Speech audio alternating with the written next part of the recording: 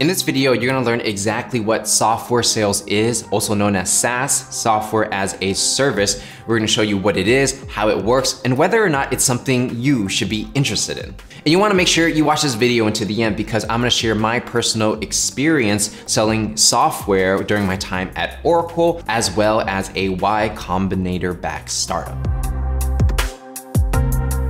What's going on, everybody? It's Patrick in here. Before we get started, make sure to smash the like button, subscribe, turn on notifications if you want to see new sales training videos every week, and let's dive in. So the first question we are going to cover is what exactly is SaaS, software as a service, right?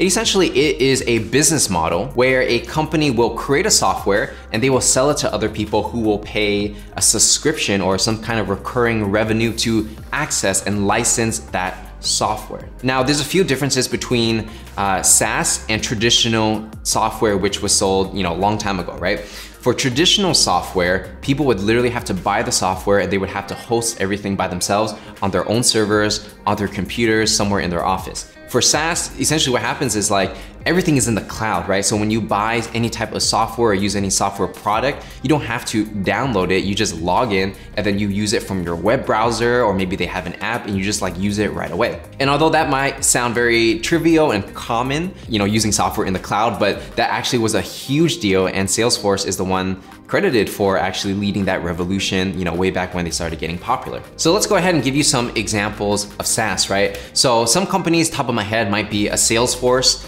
HubSpot, Dropbox, Google Drive, or even Netflix, right? So let's go ahead and use Netflix as an example. So Netflix isn't necessarily a B2B software, but it is SaaS, right? It's you sign up for Netflix, you pay 12 bucks a month, and you can watch basically any movie in their library. You don't have to download anything. You use it all in the cloud, and every month they're gonna charge you $12 or whatever it is that you pay. Now, Netflix would be B2C, business to consumer, right? It's for regular everyday people who will pay for this, but it's still considered a SaaS product. So now that you understand that side, let's go ahead and go into the B2B SaaS side where you typically would need salespeople, right? Because when you are, let's say, buying Netflix, you don't need to talk to a salesperson before you buy a monthly subscription because it's so cheap. But when it comes to B2B sales, you really need to talk to somebody because you might be spending hundreds or thousands of dollars per month on a specific software to help you run your business. And that's why SaaS or technology software salespeople are always gonna be needed in this environment. So let's go ahead and use Dropbox as an example. So for Dropbox, they do have B2C, meaning a regular person can pay 20 bucks a month to use Dropbox and essentially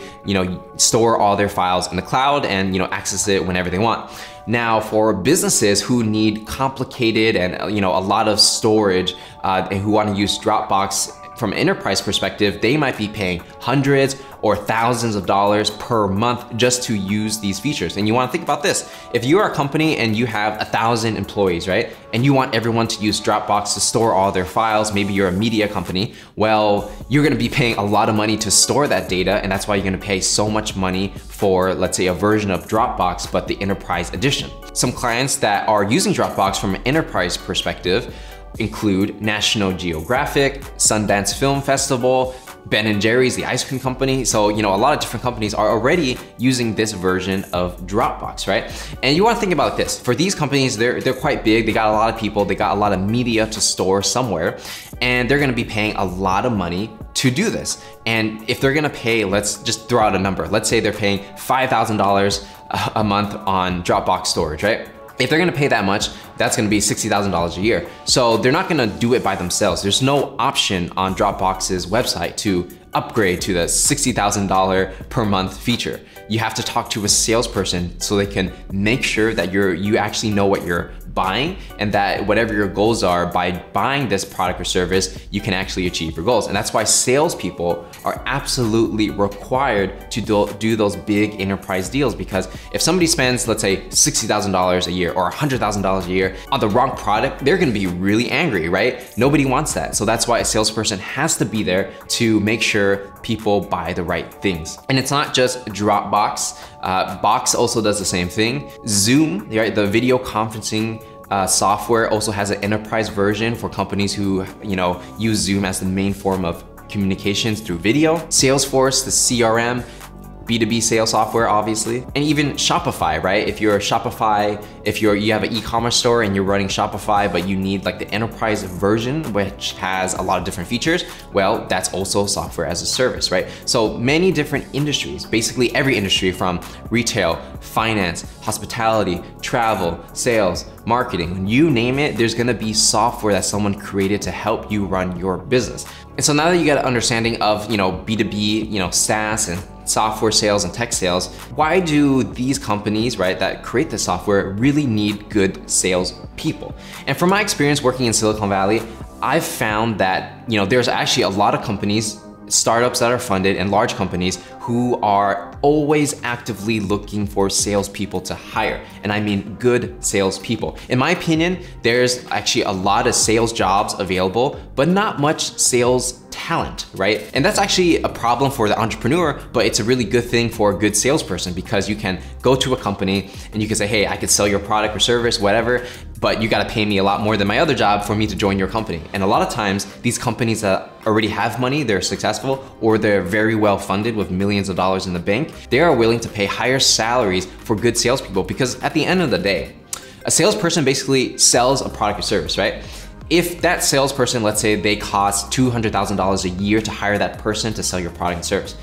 If they cost $200,000, but they're making your company $500,000, it's a no-brainer, right? Because they are selling more than they cost. So as a company, you're gonna hire as many salespeople as you can who can get you a return on investment for your money. And so that's why, if you are, let's say, graduating from university, or maybe you are, doing a job that you're not really that passionate about and you're thinking about starting a sales career, personally, I would actually recommend checking out technology sales, specifically SaaS sales. It doesn't have to be SaaS, it can be different type of technology sales, right? Because not everything is software. Sometimes you're selling consulting services, sometimes you're selling like infrastructure, like Amazon Web Services, which technically is not a SaaS product.